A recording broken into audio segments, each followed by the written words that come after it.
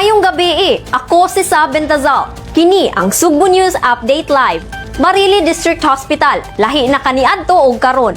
Ang Barili District Hospital sa administrasyon ni Governor Pambari 4 aduna nay bag-ong equipments, dugang manpower ug malambuon nga serbisyo.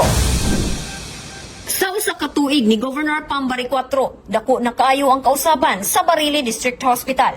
Kaniadto ang hospital hagipot ang pasilidad. Hugaw ang palibot ug dili organisado ang sistema. Apan karon bag-o na ang dagway sa Barili District Hospital.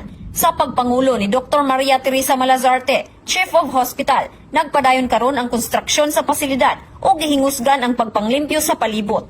Gipaningkamutan ang pagpaligon sa kalidad sa serbisyo alang sa mga pasyente.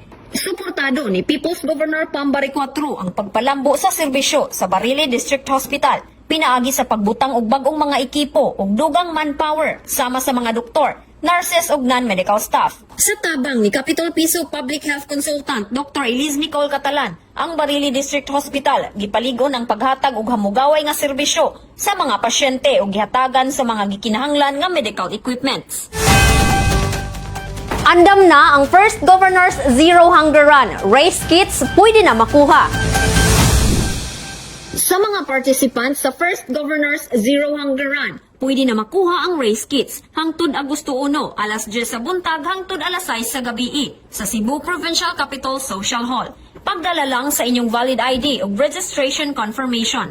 Kung lain ang mukuha, pagdala og authorization letter o kopya sa valid IDs sa runner o authorized representative. Ang First Governor's Zero Hunger Run ipahigayon karong Agosto 2. Isip kabahin sa founding anniversary sa probinsya sa Sugbo ug sa kampanya Batok sa Kagutom.